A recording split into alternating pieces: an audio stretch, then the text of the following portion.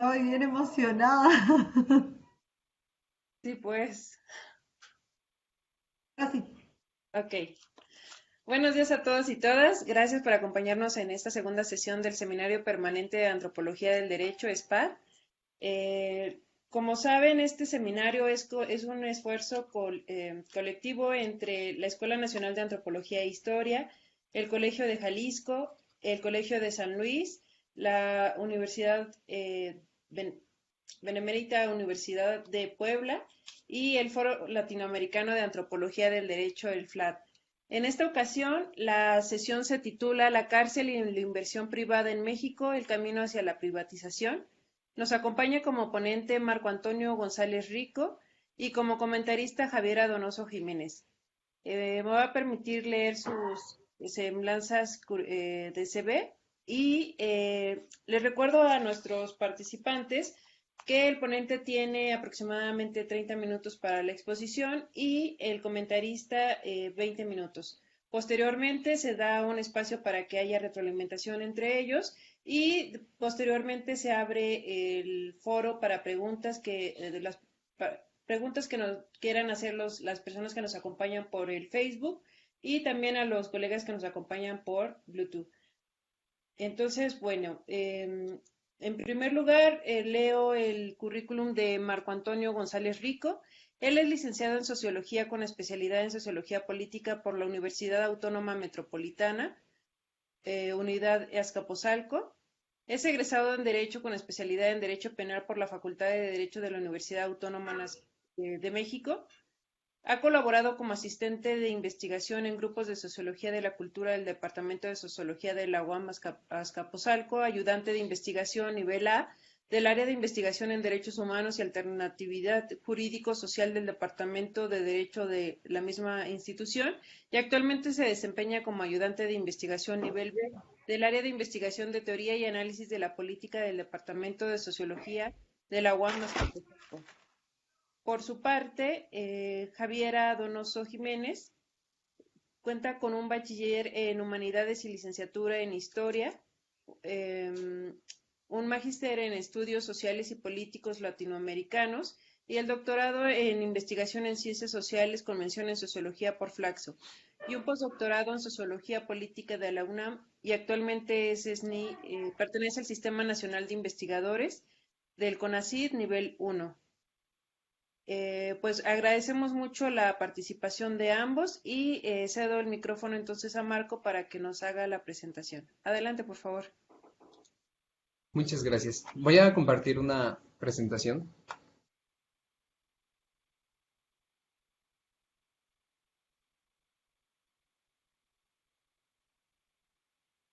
Ahí no sé si me confirman si ya se ve la presentación, por favor.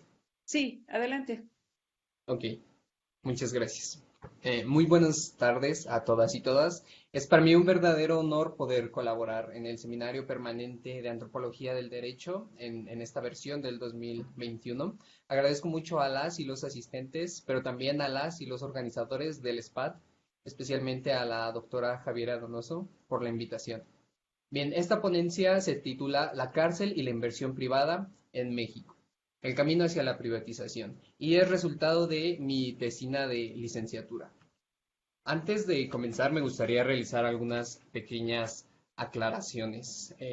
¿Por qué? Porque al comentar el camino a la privatización, tal vez puede hacer un poco de ruido este concepto privatización. Bien, me gustaría comentar que utilizo el término de privatización no meramente como lo implica, es decir, el tránsito de lo público a lo privado, como suele suceder con las empresas que fueron públicas y privadas. Bien, pues en el sistema penitenciario nunca ocurrió este suceso, es decir, no existieron cárceles que primeramente fueron públicas creadas por el Estado y después se dejaron en manos de los particulares. No, abordo el concepto de privatización como la unión de dos sectores, el sector público y el sector privado, para trabajar en un proyecto, es decir, la creación, la construcción y administración de un centro penitenciario mediante contratos de prestación de servicios, para poder así crear estas cárceles en el marco de los contratos. Cada sector, por supuesto, tiene responsabilidades propias, pero al final del lapso de los contratos, las cárceles van a quedar en manos del Estado propiamente.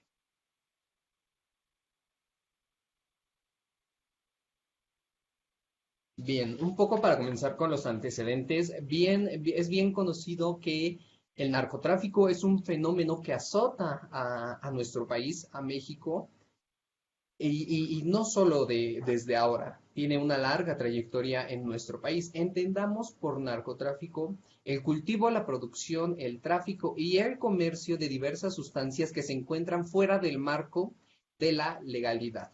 Por supuesto, el narcotráfico es primordialmente realizado por la delincuencia organizada.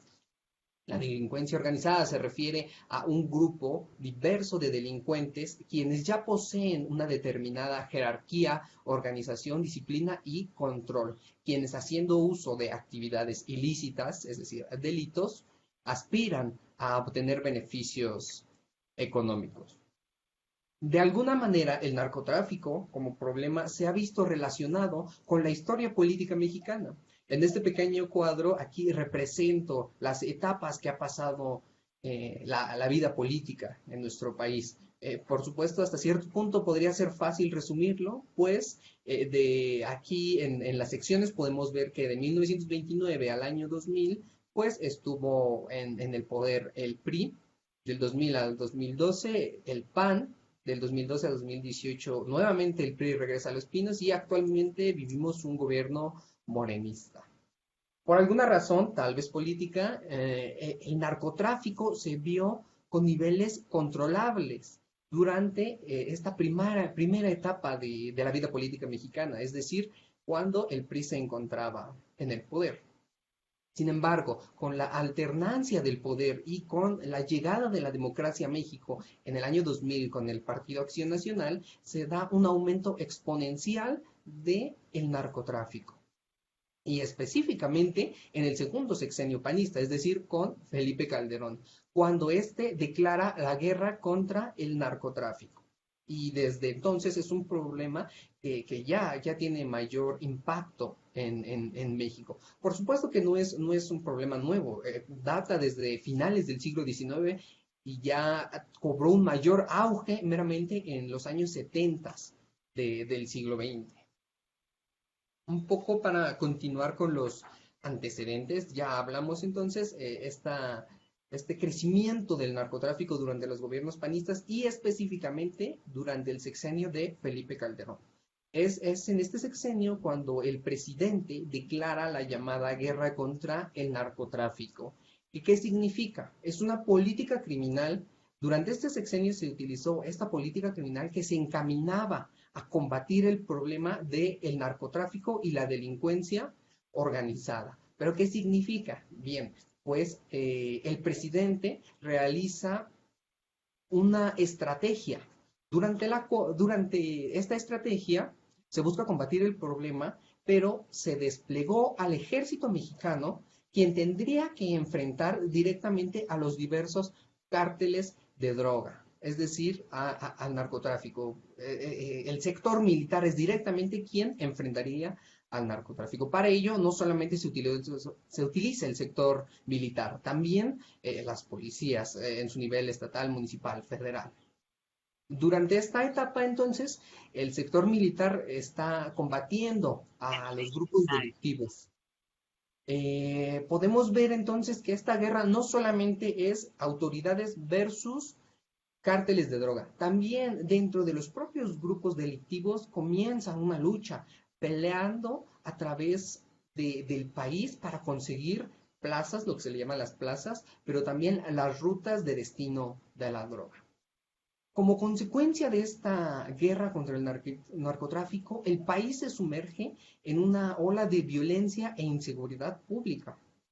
Por supuesto que, en primer lugar, esta guerra no cumplió su objetivo, puesto que en 2006, que es cuando inicia, se podían vislumbrar 6 cárteles de droga, pero para el 2012, cuando termina, ya habían 16, y actualmente se cuentan entre 37 y 45 cárteles de droga, por supuesto tomando en consideración pequeñas células que operan a lo largo del país. Pero además, gracias a esta guerra, se tiene información documental de más de 250,000 homicidios, cifra que en la actualidad es mucho mayor.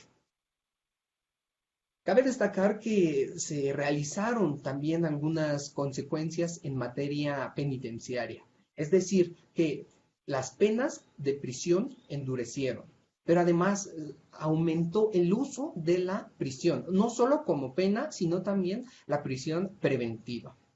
La población penitenciaria aumentó un 20%. Esto quiere decir que pasó de ser de 205,822,000 personas privadas de la libertad a 248,488, es decir, casi 50,000 personas más en prisión.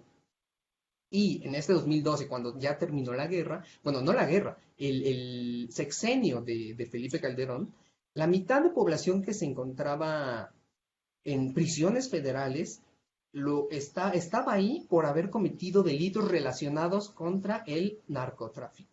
Entonces, estas consecuencias carcelarias, estos problemas, se vienen a mezclar con los problemas ya previamente existentes en la cárcel, a los anteriores a la guerra. Entre ellos podemos encontrar el hacinamiento, autogobierno, violencia, servicios médicos deficientes, etc. Por lo tanto, se mezclan ya dos tipos de problema, lo que crea una crisis penitenciaria. Bien, al respecto, ya en el 2009 se prevé una solución por parte del gobierno federal. En primer lugar, se da la orden de reubicar los reos federales del orden federal en prisiones federales, porque algunos se encontraban en prisiones estatales. Entonces, se tenía que mover a las y los reos a estas prisiones federales, ya que los delitos del orden federal, entre ellos, se pueden encontrar los delitos relacionados con narcotráfico. Sin embargo, se dijo que no se tenían lugares suficientes para poder darle acceso a esa nueva población que iba a ir a las prisiones federales. Por lo tanto, se comentó que se tenían que construir 10 nuevas prisiones para poder cubrir el aforo. Pero la Secretaría de Seguridad Pública dijo que no se contaban con los recursos necesarios, no existía el dinero. Por lo tanto, la solución fue acercarse al sector privado mediante la asociación público-privada, un poco de lo que comentaba al inicio. Esta estrategia fue patrocinada también por el entonces secretario de Seguridad Pública, Genaro García Luna, quien justamente hoy en día se encuentra en Estados Unidos acusado por nexos con el narcotráfico. Bien, entonces no había lugares, se tenían que crear nuevas prisiones, no había el dinero, por lo cual se acudió al sector privado. Se acercan con un grupo pequeño de empresarios y se les explica, ¿no? que se tendrán que realizar estos 10 proyectos mediante contratos de asociación público-privada. Para ello se les explica también las circunstancias que tendrían que cumplir cada particular. Entre ellas podemos ver algunas muy importantes. Los particulares tendrían que invertir 4,000 millones de pesos sin poder pedir préstamos a Banobras. Además, tendrían 22 años para realizar los proyectos. 2 años se dedicarían a construir el inmueble y los 20 restantes serían para recuperar la inversión, pero además para obtener una ganancia. Por su parte, el Estado pagaría 300 millones de pesos cada año durante 20 años. Y al final los complejos penitenciarios quedarían en manos del Estado. Estos nuevos complejos penitenciarios tendrían que velar por el respeto a los derechos humanos, tomando en consideración normas nacionales, pero también internacionales. Y otro punto interesante es que en estas nuevas cárceles que ya utilizan esta asociación público-privada, se tendría que velar por la generación de trabajo en reclusión, para que inclusive cuando las personas privadas de su libertad consigan ya la libertad, hayan cumplido con su pena, pues puedan ser contratadas propiamente incluso por estas mismas empresas que construyeron las cárceles. Bien, continuando, en el 2010 surge ya públicamente esta información y el presidente lo exterioriza a través del cuarto informe de gobierno. En él explica que se van a firmar los contratos, 10 contratos de prestación de servicios, los cuales se utilizarán para construir 10 cárceles. ¿Por qué? La justificación fue que el sector privado contaba con mayores recursos que podrían garantizar mejores condiciones para las personas privadas de la libertad, lo cual estaría amenorando el costo social y económico para el gobierno. Entonces se firman estos 10 contratos y se comienzan a construir las 10 cárceles. Pero estos contratos se otorgaron mediante una adjudicación directa, es decir, no se explicaron criterios o directrices de selección. Al respecto de estos contratos no se tiene mucha información al respecto. Sin embargo, Documenta es una asociación civil que se preocupa por las personas privadas de la libertad y también apoya a los familiares. Bien, Documenta ha estado investigando arduamente al respecto. Y también catedráticos y catedráticas han estado desde su trinchera investigando al respecto de estos contratos. Lo que se ha podido indagar en estos contratos son las responsabilidades que tiene cada sector. Por un lado, el sector privado es quien se encarga de brindar alimentación, limpieza, lavandería, mantenimiento del inmueble, educación, capacitación laboral, atención psicológica, actividades deportivas, recreación, tratamientos contra alcoholismo y drogadicción, y, por supuesto, la entrega del complejo al finalizar el lapso seleccionado. Mientras tanto, el sector público se encarga de cubrir la administración superior del establecimiento, la seguridad del centro, la custodia de los internos, los servicios de salud, seguridad del centro, custodia de los internos y, por supuesto, el pago de la renta. No importando el número de lugares realmente ocupados. Este es un punto importante, es decir, la renta se paga, es una renta fija que se paga, no importando cuántas personas estén dentro de estas cárceles, lo cual tiene una consecuencia, es decir, que es un incentivo para el propio gobierno que tiene para ocupar estos lugares que están disponibles en la cárcel. ¿Por qué? Porque de por sí los está pagando, estén vacíos o estén llenos, el gobierno está pagando estos lugares, por lo cual se convierte en un incentivo para llevar a más personas a estas nuevas prisiones. Entre el 2013 y el 2014 se solicitaron varias solicitudes de acceso a la información, al gobierno, por supuesto, pero el gobierno comentó que no se podía brindar tal información en la medida que esta información era confidencial, pero además ponía en riesgo la seguridad nacional y la seguridad pública.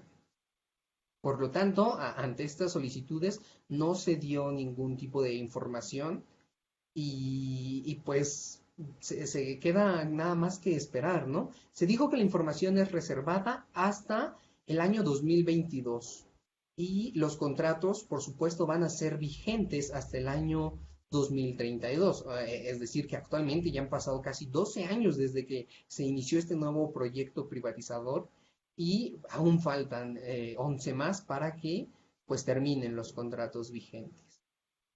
Aquí en esta diapositiva presento un esquema que es realizado meramente por Documenta. Es un espléndido esquema que nos muestra, por supuesto, en primer lugar, los centros de reclusión que fueron construidos en el marco de esta nueva estrategia neoliberal. Podemos ver en qué estados de la República se construyeron, así como qué empresas construyeron y en qué situación se encontraban, si ya estaban operando, si estaban todavía en construcción. Meramente aquí hay que destacar, ¿no? La labor de Documenta es una gran labor que realiza, sobre todo en la medida que no hay información oficial todavía, no hay, el gobierno no se ha pronunciado al respecto, no hay datos en INEGI, la Secretaría de Gobernación tampoco, por lo tanto, Documenta es una fuente oficial hasta el momento, inclusive, además de ser de las únicas fuentes que está investigando al respecto, podemos ver que en un documento que propiamente publicó la CNDH, cita a documentar. Entonces, quiere decir que esta información es verdadera. Entonces, propiamente, aunque el gobierno no cuente con la información disponible, cita y acude a esta organización no gubernamental. Bien, continuando un poco con el tema, para visualizar cómo se realizaron estos nuevos centros federales, aquí hay una tabla en la cual podemos ver el centro federal, la ubicación geográfica, es decir, en qué estado de la República se construyó, el grupo de la iniciativa privada, que esto también es un punto bastante importante en el cual vamos a a abundar un poco más adelante, el inicio de operación de estas nuevas cárceles. Si prestamos atención al inicio de operación, únicamente 2 cárceles en Sonora y Guanajuato comenzaron a operar en los 2 años previstos, en el lapso previsto para ello.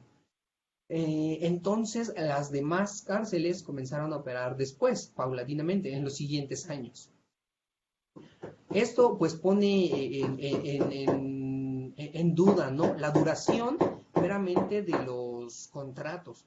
¿Por qué? Porque si iban a durar 20 años, 12 años, etcétera, el tiempo de que tendrían que durar, pues al haber comenzado a operar tiempo después, pues ya se puede cuestionar si también el lapso de la duración se va a recorrer, va a ser más tiempo el periodo que estarán trabajando estos contratos. Por otro lado, al prestar atención a los grupos de la iniciativa privada, podemos ver que participaron distintas empresas, como ICA, GIA, Prodemex, Omex, Arendal, Ideal, Tradeco, Infrasec y Sebasec. Cabe destacar el caso de Omex en Chiapas y Morelos, que la empresa entró en un proceso de bancarrota y tuvo que vender sus proyectos a Ideal, que es una constructora perteneciente a Carlos Slim. Bien, ahora continuando un poco con las irregularidades de este proceso, ¿verdad? Es hasta el 2012 que sale a la luz que se publica la Ley de Asociaciones Público-Privadas. Esta ley establece un concurso que regula los proyectos de asociación público-privadas, es decir, regula también los contratos. La ley en sus 143 artículos, en toda esa legislación, nos habla acerca de distintas secciones. En primer lugar, nos habla acerca meramente de los concursos. Hay otra sección dedicada a una convocatoria necesaria, las bases del concurso, la presentación de las propuestas, la evaluación y el fallo del concurso, los actos posteriores al fallo, pero aquí es donde inicia esta opacidad en el proceso, ¿verdad? Vemos que hay una sección dedicada a excepciones y específicamente es el artículo 64, el cual viene a destruir toda esta transparencia que aparentaba esta ley. Este artículo nos dice que cuando los proyectos, cuando los concursos pongan en riesgo la seguridad pública y nacional, no se realizará concurso alguno y se otorgarán adjudicaciones directas a los empresarios. Esta es pues una justificación perfecta y clave para este camino hacia la privatización. ¿Por qué? Porque el sistema carcelario, el sistema penitenciario, al ser parte clave de la seguridad pública, de la seguridad nacional, entonces quiere decir que no se necesita realizar el concurso y simplemente se dan los contratos directamente. Esto viene a afectar, pero también es por supuesto, un movimiento clave por parte del Estado. ¿Por qué? Porque en primer lugar los contratos son confidenciales y en segundo ni siquiera se necesita realizar concursos. Pues un verdadero concurso pondría en riesgo quién entra a este círculo de empresarios que tendrían que construir las cárceles. Bien, entonces esto nos puede realizar bastantes dudas, nos permite plantearnos bastantes dudas. Ahora, un poco al pasar a analizar las empresas, es decir, las constructoras de estas nuevas cárceles, podemos ver distintas características. Entre ellas hay que destacar las primordiales. Estas empresas han trabajado previamente con el Estado a lo largo de diversos sexenios. han realizado distintos diversos proyectos federales, pero además tienen relación no solo con gobiernos anteriores, directamente con expresidentes. Tal es el caso de Hipólito Rivero, de GIA, quien es excuñado del expresidente Salinas de Gortari. También está el caso de Eustaquio de Nicolás, de Homex, de la empresa Homex, que es amigo de Peña Nieto, quien estudiaron juntos en la universidad, e incluso hay información que brinda que durante el sexenio de Peña Nieto se le otorgaron distintos contratos a este empresario. Y por supuesto, estas empresas tienen una historia tanto nacional, pero también tienen representación en Latinoamérica. Y las empresas no tienen experiencia en la construcción de complejos penitenciarios. Entonces, ¿qué quiere decir esto? Podemos concebir que los empresarios, las personas, los particulares que entraron a este círculo no son cabos sueltos, no fueron elegidos meramente al azar. Son específicamente personas conocidas allegadas al gobierno. Es por ello que el concurso pondría en riesgo que pudiesen entrar otros empresarios. Entonces, desde esta perspectiva vemos que la confidencialidad, por un lado, de los contratos, ayuda a que estos empresarios entrasen al pequeño círculo. ¿Por qué? Porque son solo 10, 8 empresas las que han estado realizando estas construcciones. Lo que nos hace reconsiderar un posible caso de corrupción, pero además un tráfico de influencias con estos empresarios específicamente. Bien, ahora pasamos ya meramente a analizar estas consecuencias que ha traído consigo la implementación de esta nueva estrategia, en la cual se combina, ¿no? el aspecto público, pero también el aspecto privado. Si bien se han solucionado algunos problemas, han permanecido otros y se generan nuevos. En un primer momento podríamos ver y destacar específicamente el caso del sector económico. ¿Esto qué quiere decir? Que se hace ver con esta estrategia federal en la cual se reúnen los dos sectores, público y privado, se hace ver al ámbito carcelario meramente como un negocio en el cual se puede invertir dinero con el objetivo de acumular mucho más. Y por supuesto, las personas privadas de su libertad, inclusive se les puede hacer ver como un producto o un servicio. Después de todo, eso es lo que se ofrece en las empresas, ¿no? Brindar un servicio, un producto. Pero además, que esta estrategia atienda a fines económicos, nos hace ver que se está olvidando el verdadero objetivo de la prisión, que es la reinserción social. Entonces, se está dejando de lado el objetivo de la cárcel y meramente se atiende a intereses económicos. Teniendo en consideración la larga duración de estos contratos, es decir, alrededor de 20 años, implica el pago de la renta constante por parte del Estado. Y para los empresarios implica un flujo constante de ingresos.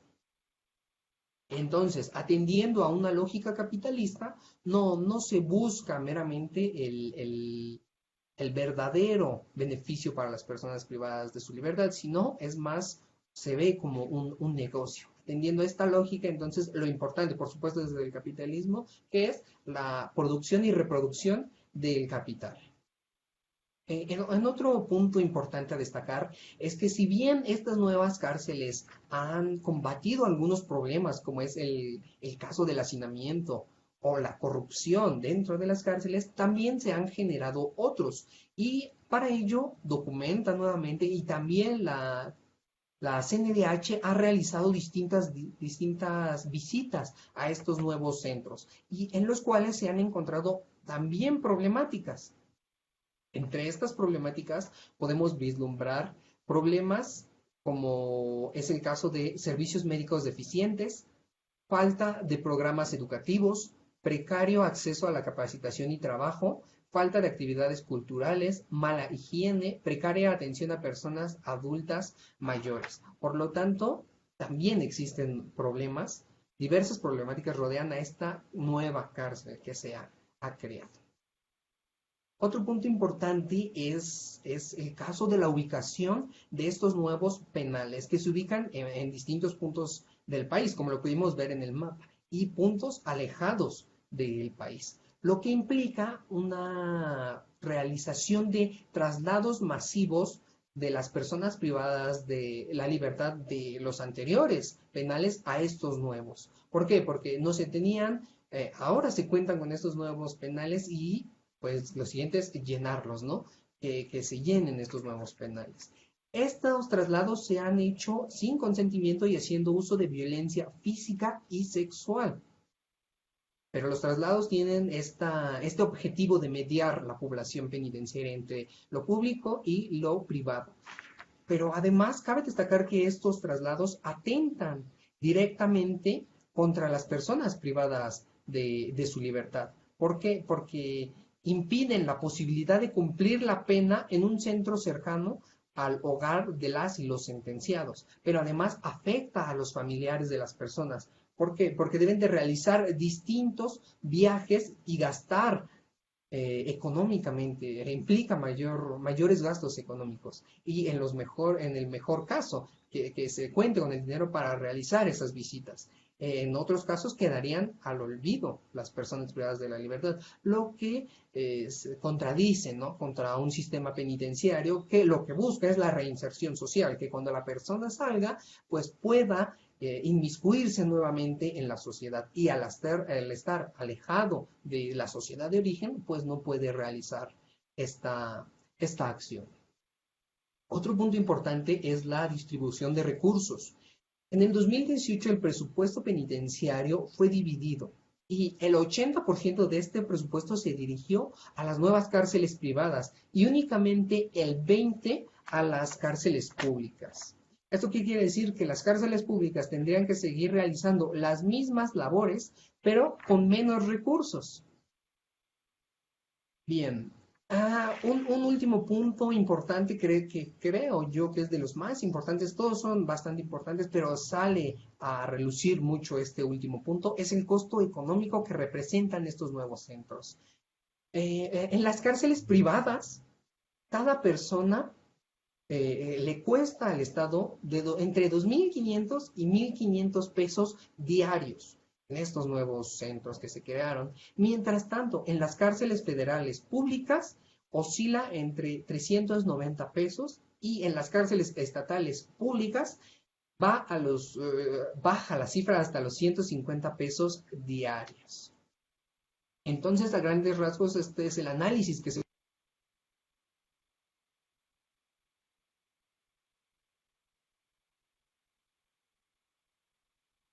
Fue tu audio. Fue tu audio, Marco.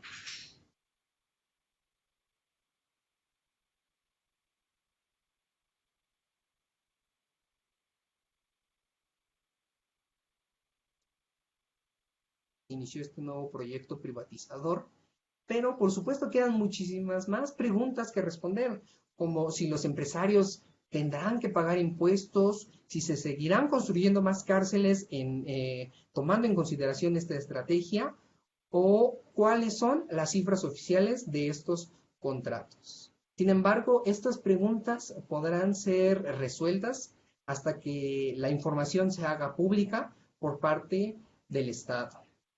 Entonces, por mi parte, esto ha sido todo. Espero que les haya gustado esta pequeña aproximación a un tema tan interesante. Queda más que estar al pendiente de este tema y seguir investigando y vigilando. Entonces, por mi parte ha sido todo. Agradezco nuevamente al SPAD por la invitación y muchas gracias a todas y todos. Gracias, Marco. Le damos la palabra a Javier. Adelante, por favor, para tus comentarios. Hola, hola a todos. Me pareció muy interesante el tema. Creo que el tema de las cárceles es un tema que hay que estar, bueno, como dice Marco, estar vigilando por una serie de implicancias que tiene, ¿no? O sea, no solamente en términos económicos, sino que en términos sociales y en términos de derechos humanos, es, digamos, casi una caja negra que sería importante estar observando. Eh, Ahora bien, dentro de esta investigación me parece que eh, me parece que hay como aportes significativos en el hecho de que se trata y se procura de desmenuzar, digamos, el origen de estas concesiones que se dieron al sector privado para poder rentar los espacios carcelarios como tal, porque básicamente es eso, ¿no? O sea, el empresario invierte, construye la cárcel y aparte se le da la concesión de una serie de servicios para que ellos puedan, digamos, recuperar la inversión de inyectar dinero en estos espacios donde en teoría no se tenía presupuesto. Aquí yo creo que hay que rescatar como por lo menos 3 puntos, donde Marco menciona que eh, surge esta iniciativa o esta necesidad por parte del Estado porque ellos argumentan que el presupuesto federal se había agotado en términos de seguridad y necesitaban apoyo del sector privado para poder, digamos, atender a esta guerra contra el narcotráfico, donde se suponía que se iba a incrementar la cacería o eh, el, sí, la penalización, digamos, de estos delitos de corte federal vinculados a la guerra contra el narcotráfico. Y sin embargo, en el andar de esto se evidencia que el gobierno federal sí tenía presupuesto porque logra hacer transferencias importantes de recursos a los empresarios que se van a hacer cargo de esto. Por otra parte, a mí no me parece, digamos, súper extraordinario esta medida, porque eso se hizo en Estados Unidos, en mi país, en Chile, se hace también, o sea, es una medida que se trata de hacer con las carreteras, etcétera, para poder, digamos, agilizar y optimizar los servicios. Sin embargo, aquí hay una cuestión interesante que, en términos neoliberales reales, hay un incumplimiento del contrato de las empresas, ¿no? O sea, si bien hay una irregularidad en la adjudicación de los, de los contratos, porque no fue un concurso público, sino que fue un llamado, digamos, a dedazo a ciertos empresarios y se les transfiere, digamos, por adjudicación directa, ellos tenían que haber cumplido en 2 años la construcción y la edificación y, digamos, la operacionalización de estas cárceles. Sin embargo, solo dos contratos lograron la meta y el resto falló. O sea, 8 contratos no pudieron, incluso otros 2 se declararon en quiebra y el Estado ahí debiera de haber pedido indemnización o por lo menos una condonación, digamos, en términos económicos, por incumplimiento del contrato. Sin embargo, esto no se da. Y aún así mantienen las concesiones con estas empresas, no hay sanciones económicas por los incumplimientos del contrato. Y por otra parte, lo que me parece interesante, que aún así, no cumpliendo con los contratos, se les sigue pagando la renta, ¿no? O sea, lo normal es que si usted no cumple con el contrato, no le pago, mientras que usted no cumpla con lo acordado. Y eso me parece interesante porque efectivamente ahí, digamos, demuestra empíricamente el tema de las irregularidades. Por otra parte, hay una cuestión que obviamente devela todas estas irregularidades que le está tratando de argumentar, el hecho de que todos estos procesos de concesionamiento de las cárceles, de entrega a privados, este trabajo conjunto, se hace antes de la legislación. Entonces, nada de esto está regulado legalmente, todo es un convenio así de palabra, a lo buen amigo, ¿no?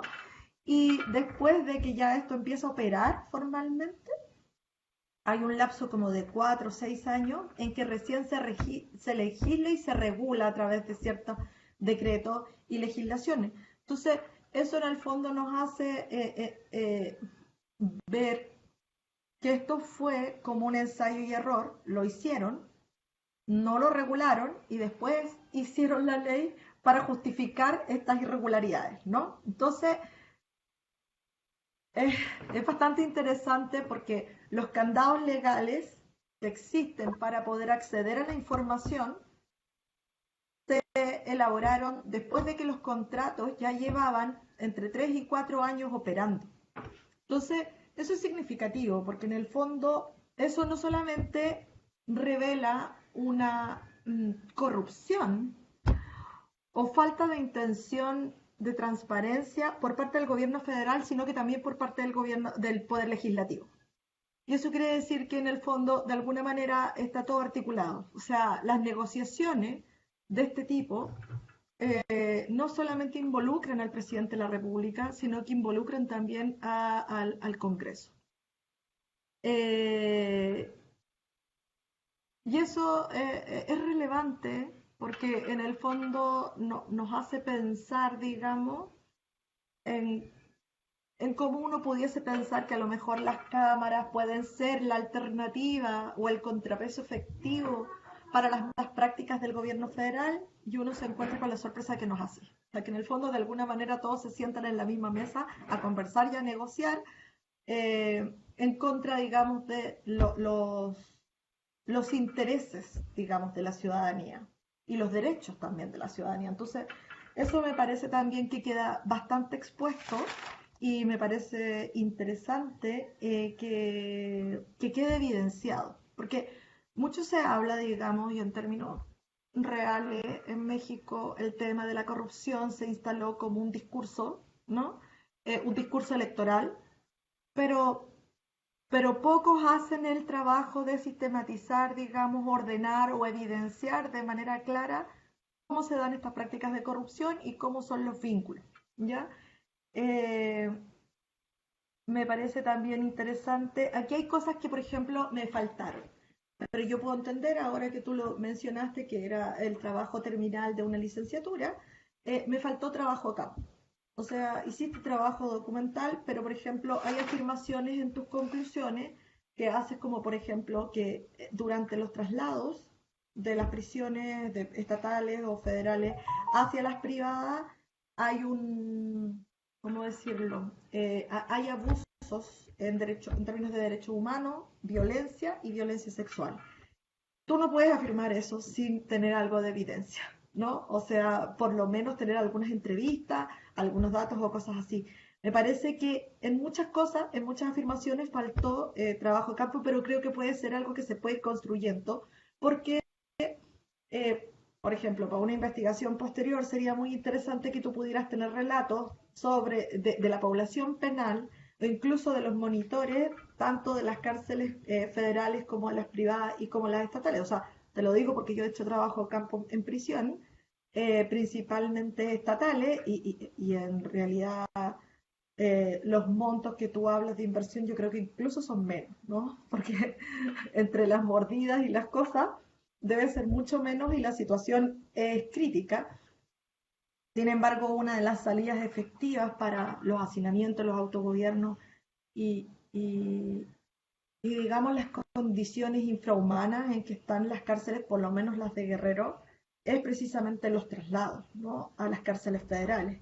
Y si fuera posible, se pudiesen mandar más a las cárceles federales, sería mejor, porque en realidad, efectivamente, o sea, un campesino que fue detenido por estar vendiendo quesos en una esquina que no correspondían, o porque no le dio la cuota al policía, lo meten a la cárcel, pero está al lado de sicarios, de secuestradores, no sé, etcétera, ¿no? Entonces, eso efectivamente confirma el tema de la escuela del crimen, y sí debieran de estar, digamos, mucho más separados, pero también el tema de la inversión, o sea, me parece que podría ser muy interesante el profundizar en el tema de todo lo que se invierte en las supuestas reinserción o rehabilitación o como quieran llamarlo, que tiene que ver, que está vinculado directamente con las capacitaciones, la formación psicosocial, la formación educativa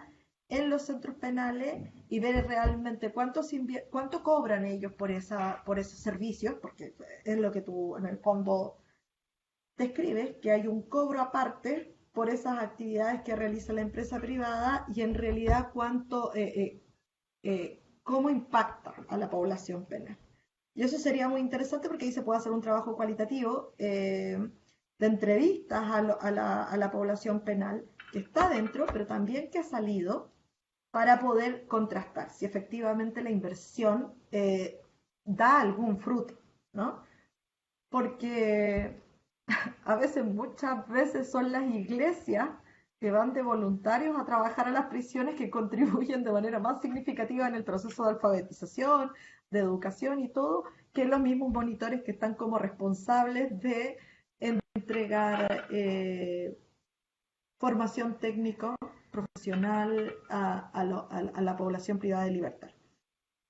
Entonces, en ese sentido, me parece también,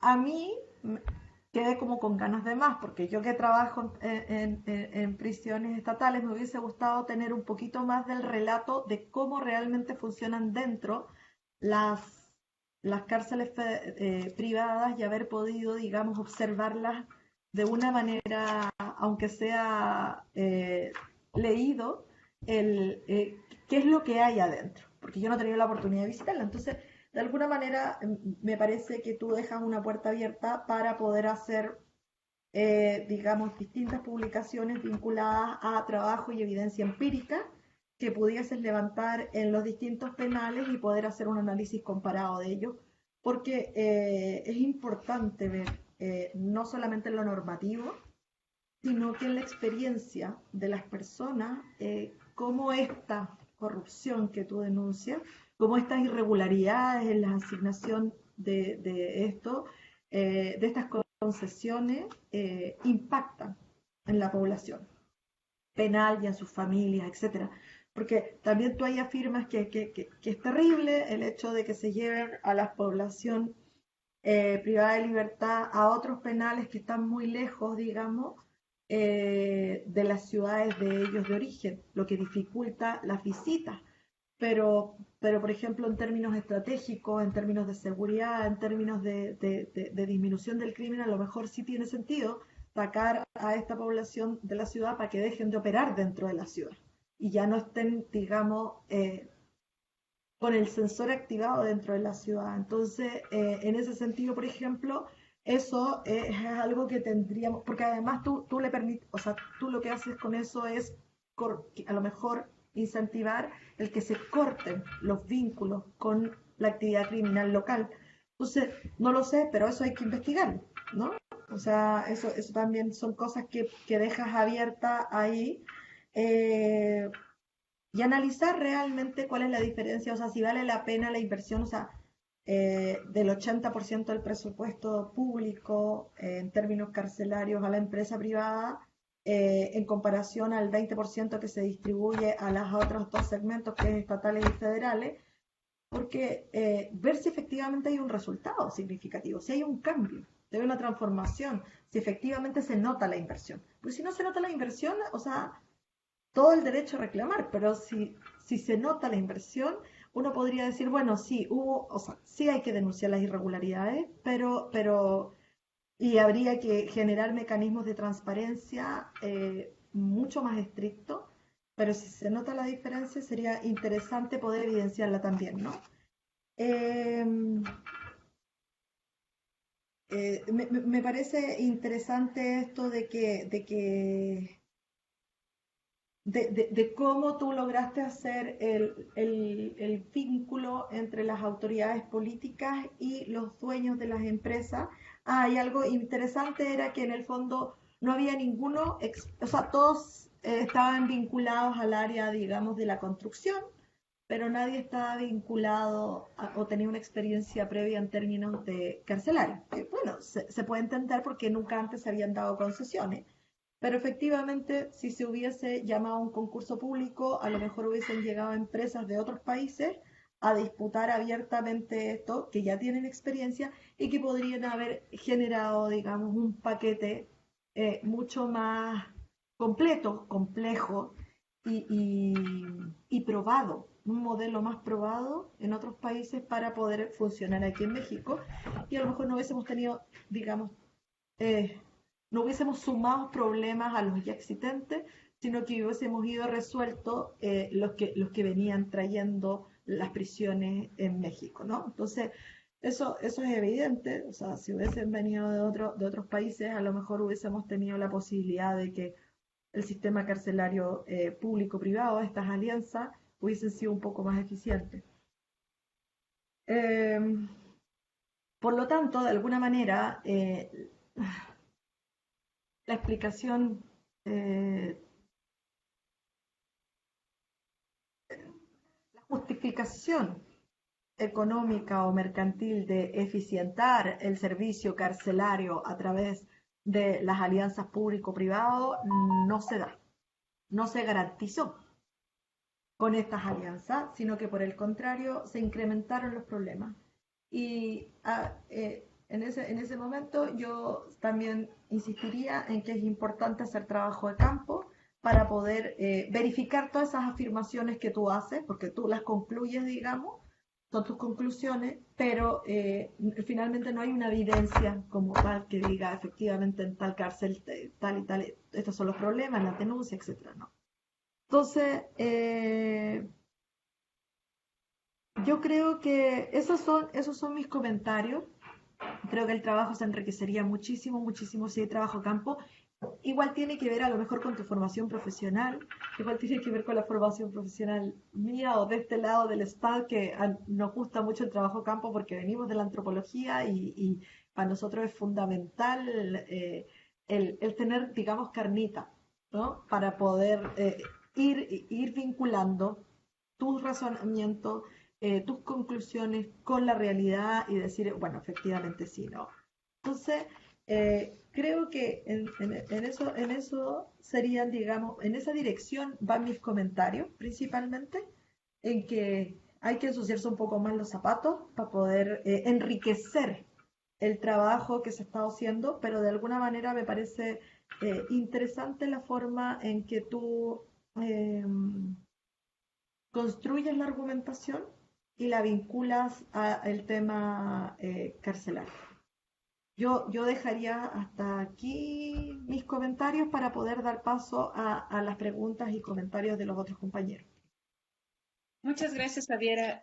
Marcos, si quisieras hacer algún comentario a estas cuestiones que te plantea Javiera, antes de dar paso a las preguntas del público, por favor. Sí, bien, pues no, nada más agradecer un honor que se haya permitido leer este trabajo y agradecer los comentarios que enriquecen muchísimo más la investigación. Por supuesto, como bien lo comenta doctora, se necesitan más cifras, más datos, ¿no? Pero en primer lugar, la poca información, es poca la...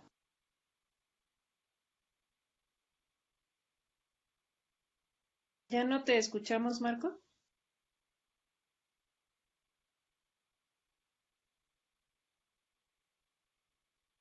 Marco, no te escuchamos. Creo que te perdimos.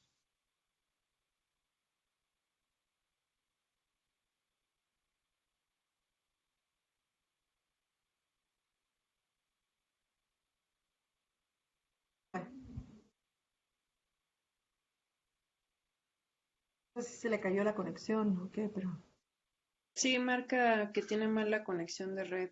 Ah,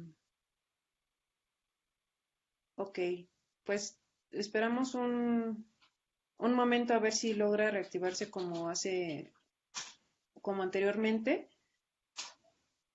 Y si no, pues retomamos las preguntas de los participantes como para que queden también en el registro. Entonces esperamos un momento, por favor.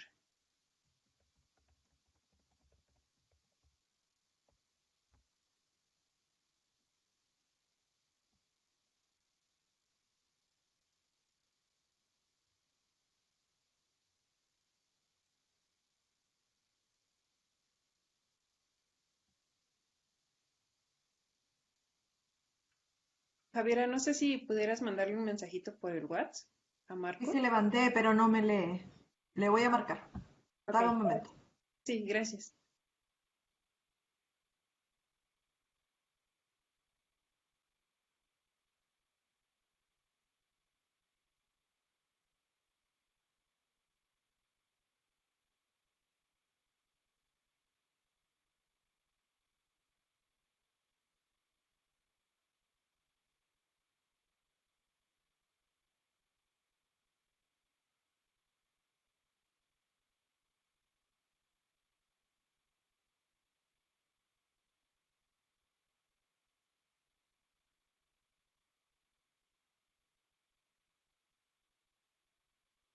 A las personas que nos acompañan en Facebook, les recordamos poner sus datos vía inbox para con su nombre completo y un correo para estar haciendo la contabilización de sus asistencias al seminario y al finalizar entregar constancias a quienes cumplieron con el 80% de asistencias, por favor.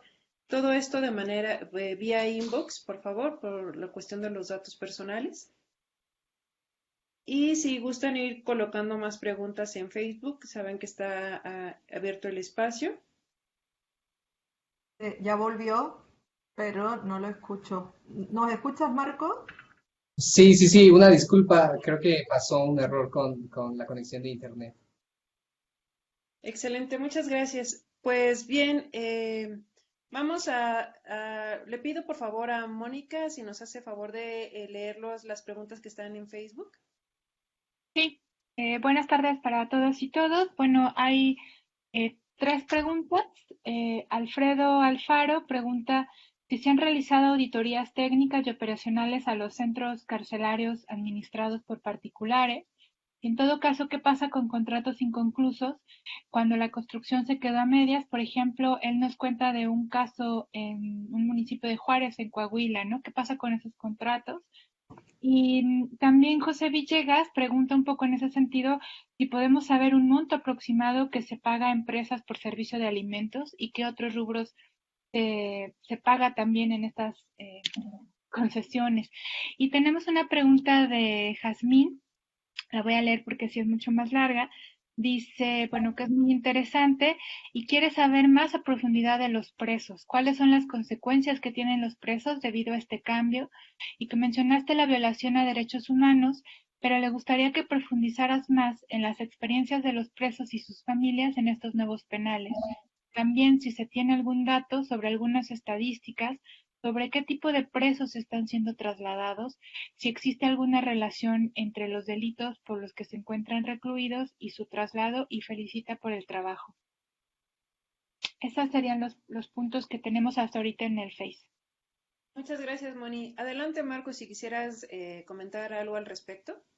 Sí, muchas gracias por las preguntas. Bien, pues sí, al respecto, la CNDH, que sería el órgano encargado del Estado para realizar estas auditorías, ha realizado, tiene una publicación en específico, pero pues considero que al ser el propio Estado quien realiza estas mismas más auditorías, pues no está realizando las suficientes, ¿no? En este caso podemos ver que sí se relatan algunos puntos en específico por parte de la CNDH, pero no hay mayor información al respecto proporcionada por esta autoridad.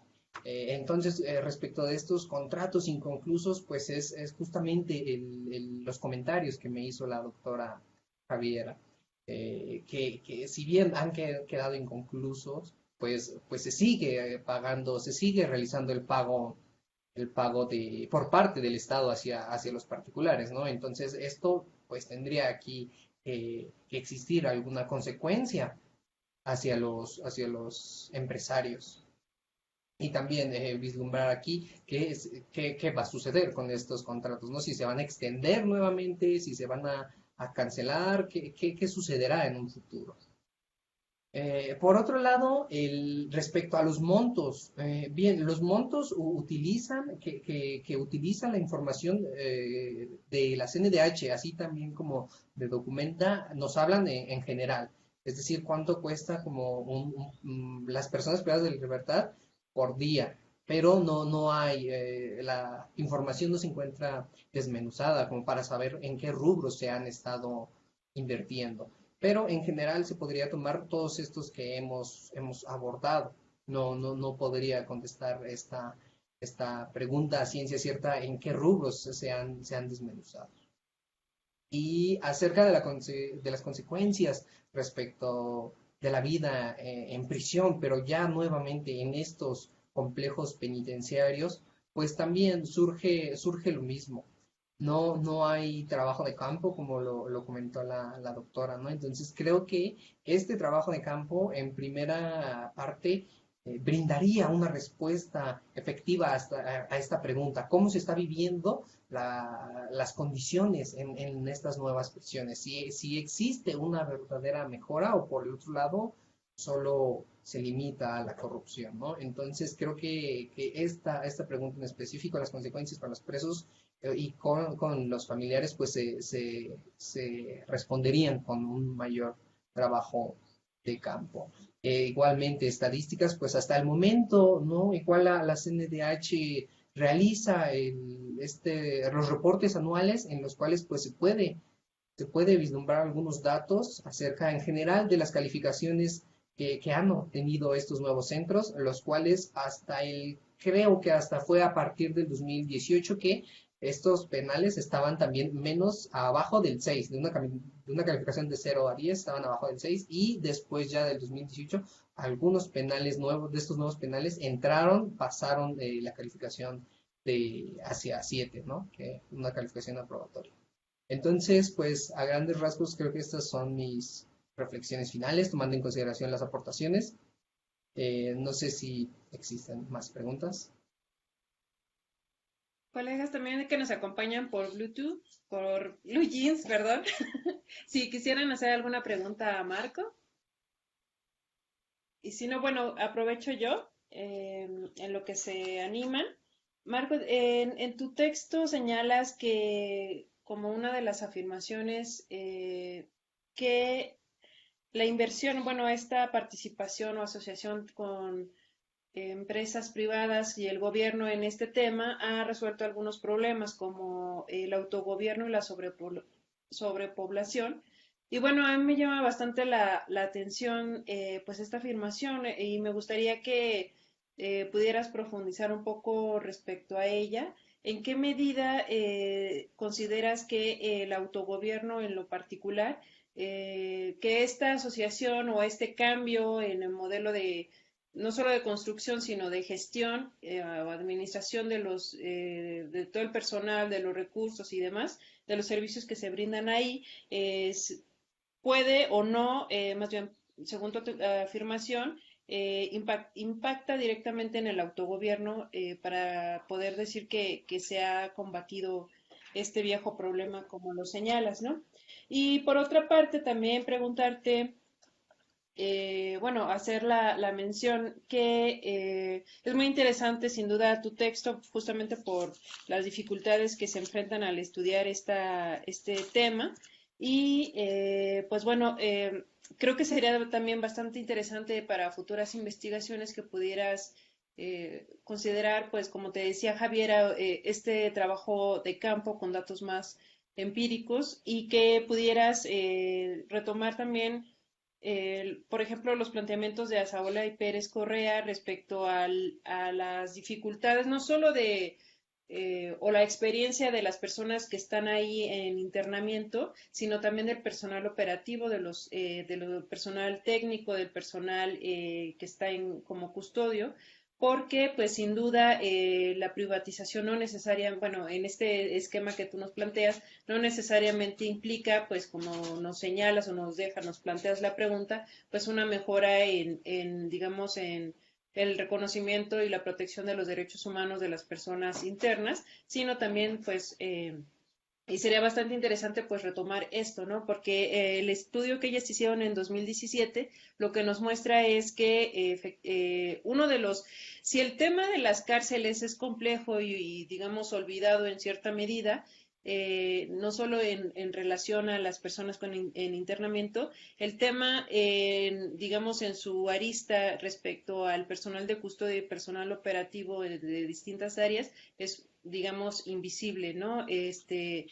Aquí, al menos aquí en México. Y entonces, pues en su estudio describen pues todas estas irregularidades, digamos, en sus horarios de trabajo, las condiciones que experimentan, ¿no? Las enfermedades incluso que enfrentan y incluso llegan a algunos de los comentarios que ellos retoman con este levantamiento de investigación que hicieron, es que algunos custodios incluso señalan que ellos consideran que incluso las personas en internamiento tienen mayores derechos que ellos, ¿no? Entonces es muy, muy interesante que, como dice Javiera, dejas la puerta abierta y que más adelante pudieras retomar, o sea, profundizar o avanzar en este sentido, haciendo énfasis pues en investigar estos centros que fueron construidos bajo este modelo de asociación privada y pública, ¿no?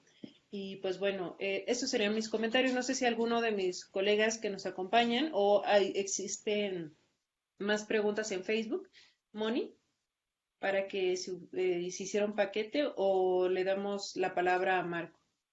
En Face no hay más preguntas, pero estoy atenta. Entonces, si quieren darle la palabra. Muchas gracias. Pues no sé, Marco, si quisieras hacer algún comentario de las cuestiones que te planteo.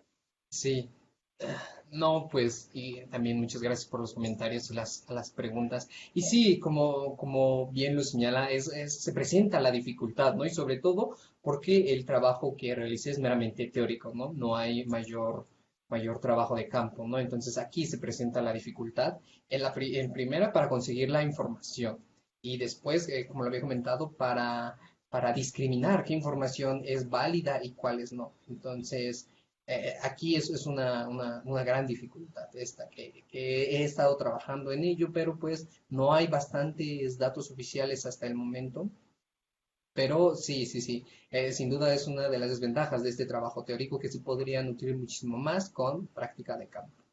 Y al respecto, sí, también, Asaola también es una autora fundamental en el estudio de las cárceles en México y justamente esto se cita a Documenta, quien también ha estado trabajando mucho este tema junto con las personas privadas de la libertad y familiares. Entonces, en Asaola también, junto con la presidenta, me parece que es de Documenta, no recuerdo el nombre, tienen publicado un artículo en el cual nos hablan exactamente de estas nuevas problemáticas que han surgido.